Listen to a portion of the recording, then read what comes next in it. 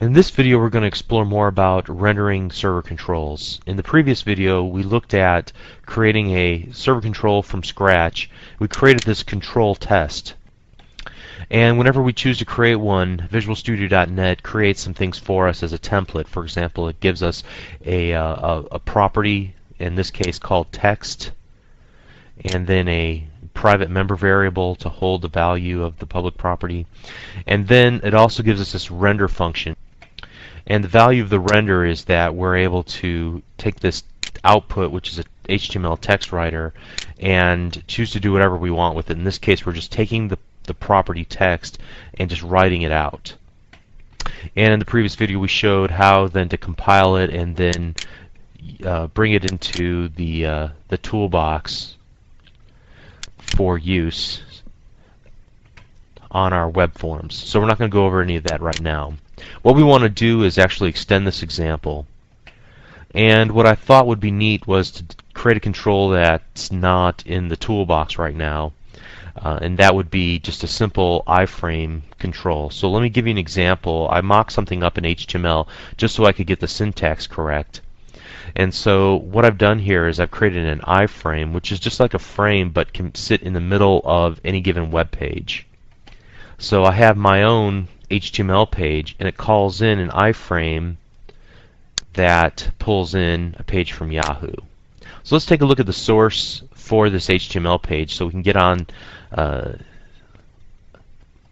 better understanding of what we're going to have to render in our server control. So here we go. Let's pull this up here. Basically, the way you create an iframe is just open up a tag, place a source attribute, optionally a name, which we're not going to do, but would be necessary if you're going to do any JavaScript to load things in there, a width and a height, a frame border, either 0 or 1, and scrolling, which is yes, no, or auto. And then also, before the end tag, you're able to place in a section of HTML that will be displayed to people who can't see iframes. So those I think that were before, like Internet Explorer 4.0 and earlier versions of Netscape. So our goal is to create a control that allows us to plop an iframe down anywhere on any page using a server control and be able to set information like the source, the width, the height, the frame border, the scrolling properties, and also the alternate content using only the properties window, or being able to set that in code whenever we go to consume this server control. So with this as a template, let's go ahead and get started. The first thing though that I want to do is talk about one of the bigger gotchas whenever you get started developing your own server controls, and that is with default properties. In this case, if you take a look at the actual server control that was created for us last time, there is something called a default value for our property text. What if we wanted to set that so that it would show up by default, and if somebody didn't set it, at least it would be in the properties window? So I'm just going to type in hello, and then let's go ahead and we're going to need to rebuild this. And then let's go over here to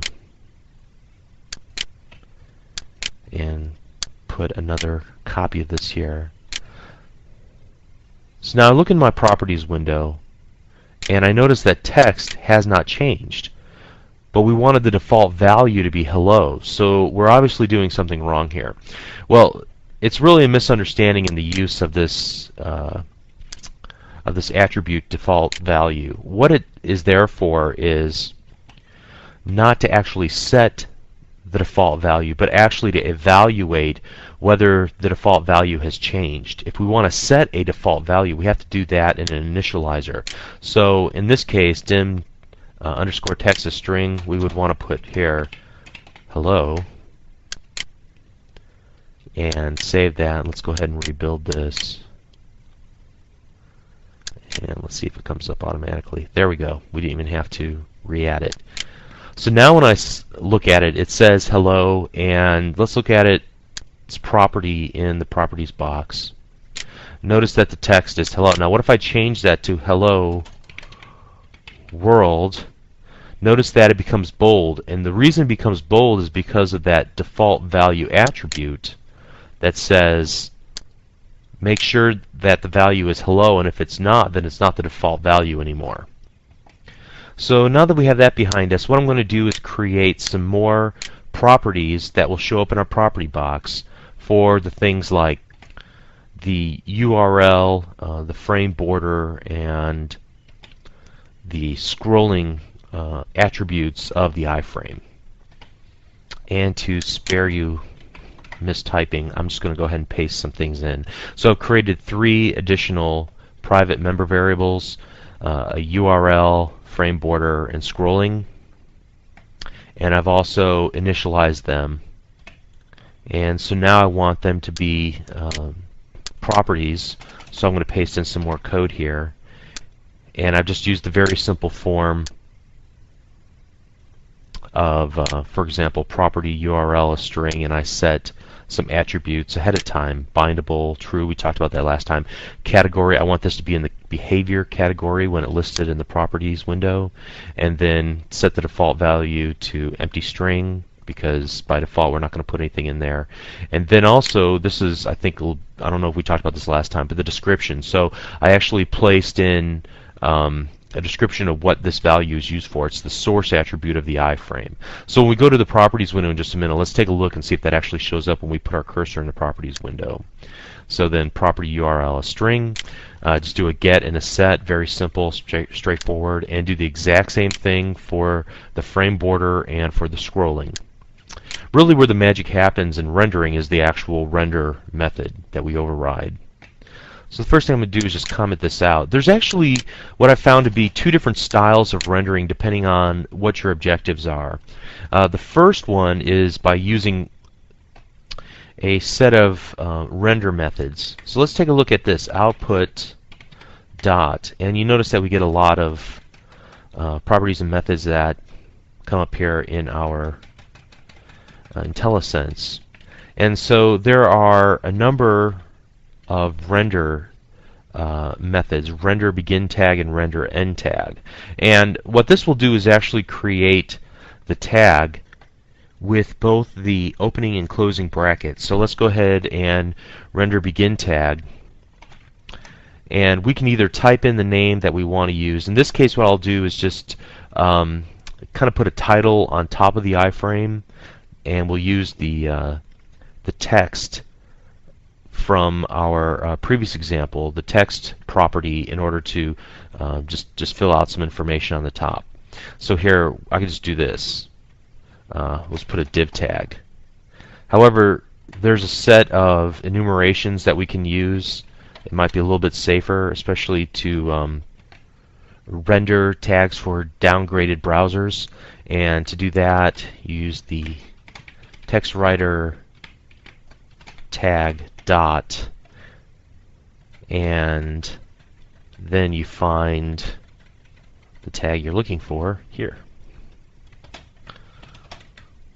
So we've rendered the begin tag, and now we'll need to render the end tag.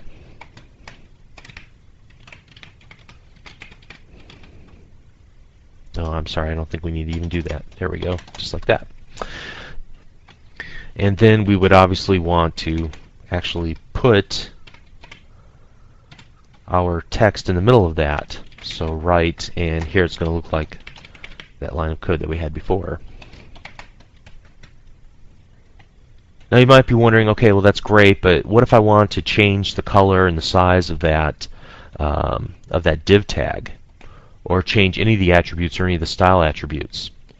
If you want to change the actual attributes of the div tag, which I don't think the div tag particularly has that many, but we can just look at this. We would click add attribute in order to do that, and then we put the name and the value as so. Let's go ahead for this example and use a different one though if we want to change the style of the div tag. So we can do this, add style attribute. And so the first thing let's do is change the font size. So again, I could type in font size and then 18. But again, there's a better way to do that. There's another enumeration called HTML text writer style dot, and then it gives us all of the attributes that can be placed in the style attribute. So let's pick font size here, and then let's go ahead and change the color as well. And we'll do basically the same thing. Add style attribute HTML text writer style dot color, and then we'll need to go blue. By the way, I tried this instead, trying to get fancy, just used color dot blue, and it said you can't convert the color blue to a string, so I went to string, and that didn't work right either. It seems to only work right whenever you go like that. So this is how we would add a new tag to our server control to render it using the render methods. But there's a second way to do this as well. And this, I think, is a little easier for some people starting out conceptually how to do this. It's the write. There's a series of writes, and unfortunately they come to the end here. Let me do this. Okay, here we go. Write methods. Write attribute, write begin tag, write end tag, write full begin tag, and write line. And so let's go ahead and use these to essentially create a second control, which is the actual iframe itself. So we'll begin with write begin tag, and then we'll just put in iframe. And we could use the HTML text writer tag here. I chose not to. I'm just going to put everything strictly using strings to show you that it can be done. That's the only difference. I'll put, and then we're going to begin to add attributes onto it. Now this is a little bit different than the style above. In this case, it's more like classic ASP where you're rendering each piece as you go along. Whenever we're working with the render methods up here, it was more like the decorator pattern in design patterns, where you're actually tagging on things before it actually gets rendered.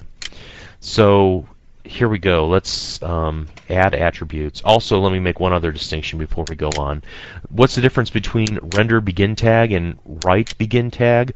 Well, render begin tag will actually put the closing bracket in your HTML. So essentially, and I'm trying to write HTML here, iframe. Whenever you use the render begin tag, it will use the closing bracket, but write begin tag does not. That becomes our responsibility. So let's do this. Let's go write attribute, and the first one we'll do is width. And since the control already has a width, we'll just use it to string. Output.write attribute height dot toString. Output write attribute. We're going to need to add a source src, and here we'll use our URL property as defined above that we created. So let's do another write attribute. And here we're going to do frame border. So we'll use our frame border attribute, or I'm sorry, property that we created above. Output write attribute. Here we're going to put our scrolling attribute that we borrow from our scrolling property that we created. And now we're going to do output.write. And this is where we're going to actually create the end bracket. And to do that, I could just do either this, or I could, again, just to reinforce this point, text writer dot tag write character. Okay? So now we wanted to put that alternate line in. So what we'll do is output.writeLine alternate content for non-supporting browsers. Whoops, and I need to make sure I get a tag in there. Okay, looks good. And then we're going to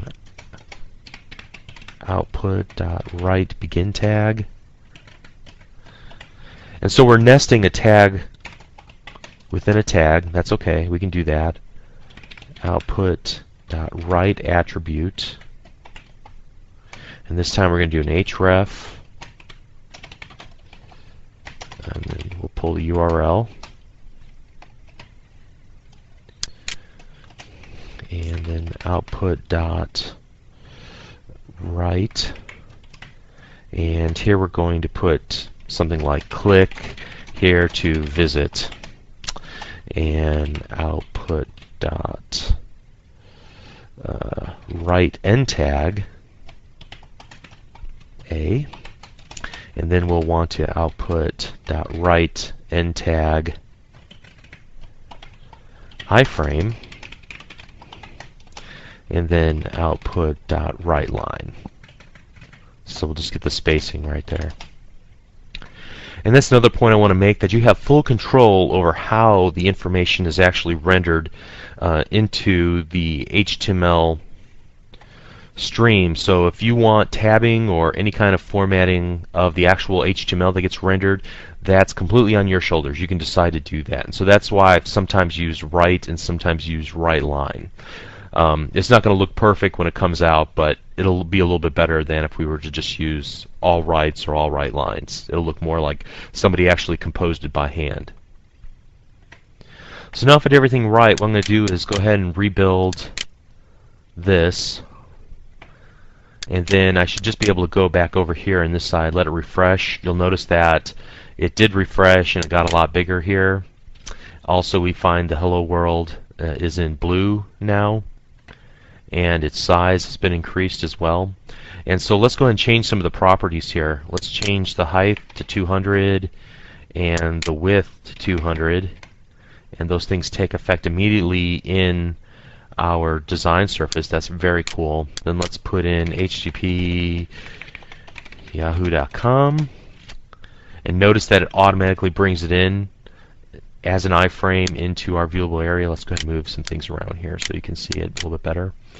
And then let's decide whether we want scrolling or not. By default it's no, but we can change this to yes. Now if you'll notice, what I probably want to have happen here is to have a drop-down list box with yes or no, and we'll do that in the future video. We'll add some enumerations that'll actually show up, or actually create visual designers that allow us to do everything from that sort of stuff where we get this neat color drop-down, or entire windows that pop up like, oh, I think maybe like data bindings, for example. When you click that, you see how this whole dialog pops up. We can do those kinds of things within our control, and we'll show you how to do that in one of the future videos. So let's see if there's anything else that we need to set here. Let's go ahead and set the frame border to 1 just to change the default. And you notice that it did change it all the way around. So let's go ahead and run our application now just to make sure that it actually works in runtime.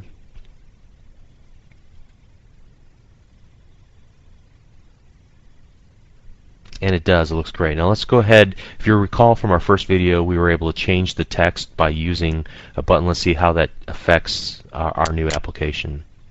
Change it in code. So everything is still controllable from source code in design time on our web page. So we are getting closer to a much more usable server control. I hope this helps you understand a little bit more about rendering and how to make your controls a little bit more useful than that first example.